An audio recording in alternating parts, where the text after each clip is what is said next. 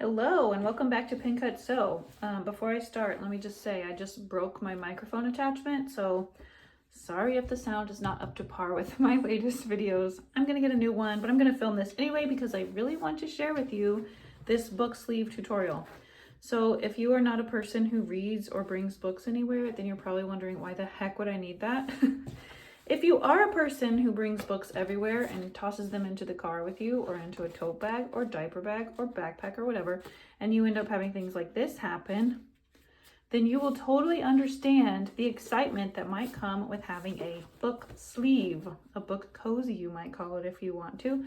So today I'm going to show you how to make book sleeves in 3 sizes. Well, I'm going to demonstrate one size, but you can go over to my shop and buy the printable version of this tutorial for a couple bucks. You don't need that to make this project, but it will be easier for you to refer back to the measurements for all 3 sizes. So this is medium, this is large, and today I'm going to sew up a small one. So you can go buy that if you want to. I'll put the link first thing in the description. So this large size, I use this beautiful Hymns panel. I will link to this too if I can find any more of it, but I know she's also making, this is designed by Fancy That Design House, I think. So I will link to her work because she really does beautiful things, and currently I think she has a Christmas hymns panel. So this holds my largest books. This is what I'm currently reading. It also has a pocket in the back for things like journals, notepads. It snaps closed, and it has an elastic and button closure. This size also fits my Bible. If you're someone who has a giant Bible, that might even fit too, because there's room in here. But Bibles are thick, so this does fit in there just fine. You could put your sermon notes thing in the back if you want. This also fits my iPad Pro I just discovered yesterday. So a good protective case for that. So the large one is very useful for larger things. The medium, though, I think is the most universally useful for books. So if you're going to make these for gifts, like I am going to probably for Christmas, the medium size fits so many different sizes of books. I read a lot of Agatha Christie. Look at how cute my little button is. So if you're going to make some for gifts, and you don't know what size to make, I would recommend this medium size. But today I'm going to make a small one because I actually read a lot of these little paperbacks. More Agatha Christie. And I'm going to make one that fits these little guys because I read a lot of these. I shop for them on thrift books because they're only a few dollars. I also really like how my little notepad can fit in the pocket. Or you could customize this and make pencil-sized pockets if you wanted. So before we get started, make sure you subscribe so you don't miss future tutorials when I do have a working microphone. And let's get started. Okay, so the things you're going to need besides the measurements, which do come on that printable version, but I'm going to put them up on the screen for you in a minute. So you'll have them for whatever size you want to make. Making each book sleeve, no matter what size, is the same process. And then you're just going to need to choose fabrics. I have cottons here, one for the exterior, one for the lining, and pocket. Pocket can be whatever you want, but I just chose to make mine the same as the lining.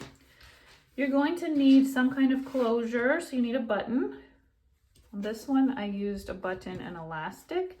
And for my elastic on both of these, I actually used hair ties because they come in all colors and they just come in a nice thickness.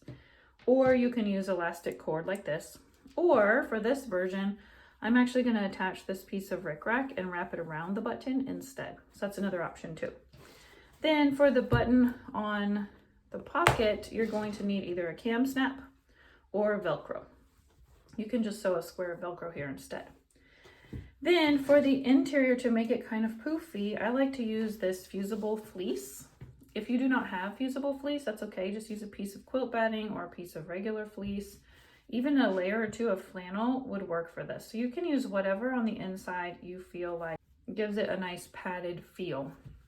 But I really like this fusible fleece for projects like this. It's really easy. It comes over by the interfacing. If you're going to buy yardage of it, that's where you'll find it. Okay, so let's get started. I already cut my pieces.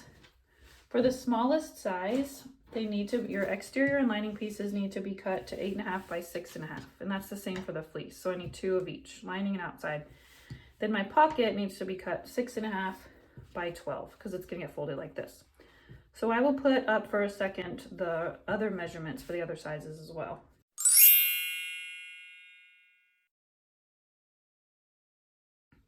So the first thing you need to do is fuse your fleece to your exterior pieces. My fabric doesn't have a wrong side and right side, so I'm just going to fuse it to either side, but you'll need to fuse it to the wrong side. And to fuse this on, you just take it over to your iron, you flip it over like this, make sure the bumpy side, which is the glue, is on the back of your fabric, and you're gonna press it from the top, because if you try to press it from the back, there's too much thickness for your iron to reach through to the glue. So I iron it this way.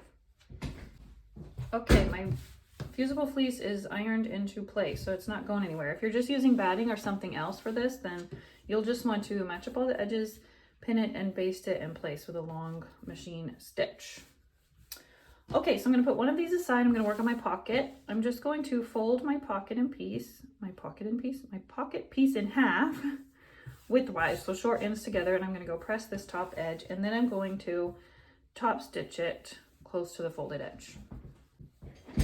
Like so. So I have a nicely hemmed pocket, and I'm going to pick one of my exterior pieces and center the pocket onto it. I'm going to make sure all the edges match.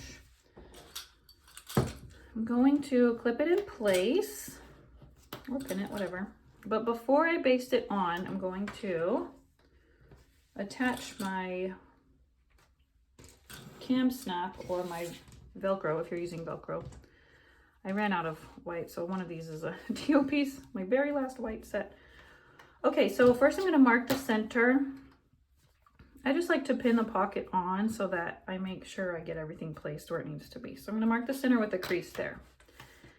If you missed my last video where I shared with you 6 obscure sewing tools that I could not live without, this cam snap setter was one of them, and I demonstrated how to use this on that video.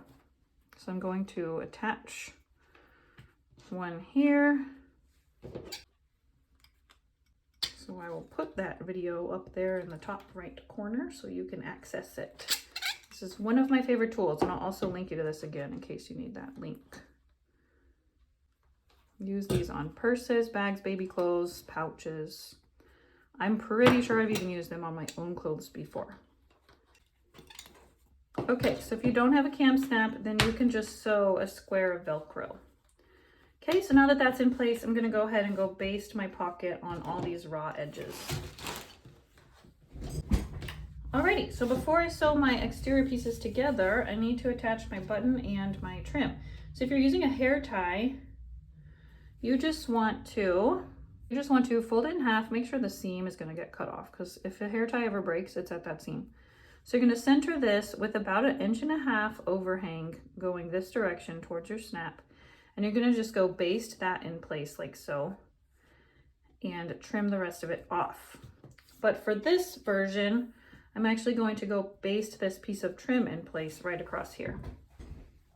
Alrighty, so I can trim this down later if I feel like it's too long. I'm just going to tuck it in here for now so it doesn't get sewn over.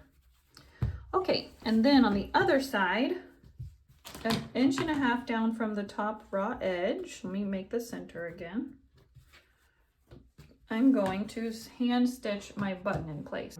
Looky there, I turned a light on in here. You can tell this is a very professional operation I'm running here, huh? Okay, so I'm just going to stitch my button in place. All right, so now I have my front and my back, 2 pieces, ready to be sewn together. So I'm going to place them right sides together, pin or clip around the raw edges. I will also link to these clips. I know I've linked to them before, but they sure are useful for bulkier projects like this. They are called Wonder Clips. Okay, so I'm going to leave the top open, but I'm going to go stitch this in a 1/4 inch seam. All right, before I turn that right side out, I'm just going to clip my corners so that when I turn it, they are nice and crisp. I'm going to turn it right side out and see how cute it is so far. Get my handy chopstick.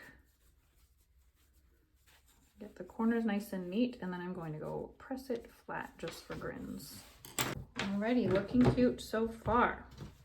Now I'm going to sew my lining. We're already almost done. This is a very fast project.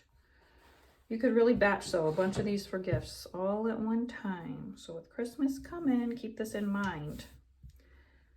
Okay, so I'm going to go stitch this, the bottom and sides, but I'm going to leave an opening in the bottom edge for when I turn it right side out. Let's see, I'm gonna leave about 3 inches opening. The bigger ones you might wanna leave 4 inches. Once again, I'm gonna leave the top edge open. Alrighty, once again, I'm going to clip those curves, not too close. But I'm not going to turn this one right side out because this is going to be inserted inside of it. Like so. And you're going to match up the side seams here. I like to try to get this side seam open so that there's less bulk there for my sewing machine to fit over. And clip it together all the way around the edge. Make sure my ribbon's out of the way. We're going to go stitch around the top edge, this time in a 3/8 inch seam. Okay, there we go, it fit perfectly. Now I can go ahead and pull it right side out through the hole I left in my lining. But before we put the lining in, we need to actually sew up that hole so it's closed. Get these corners out of the way.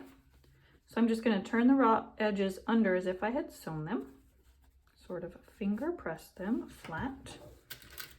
And I'm going to go edge stitch this opening closed with my sewing machine, just right along the edge of the fold. Okay, just like that. Now I can go ahead and put it inside. I like to take my time getting it nice and neat. I like the corners to be smooth in there so there's no fabric floating around.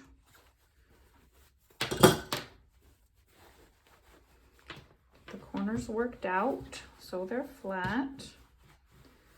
Then I'm going to take this over to my ironing board and I'm going to press it so that the lining is definitely rolled to the inside where it should be. We don't want any lining poking up like this. We want a nice crisp edge at the top. Okay, and then once I have it pressed well, I'm going to take it over to my machine and top stitch it 1/8 of an inch away from the top edge.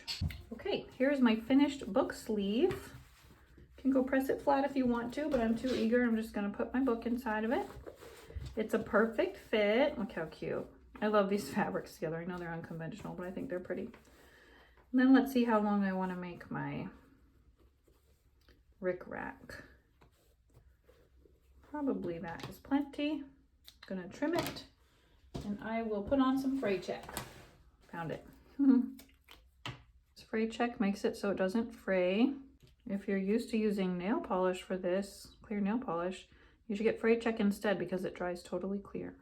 And it will last you forever. Okay, there's my cute finished book sleeve. So cute.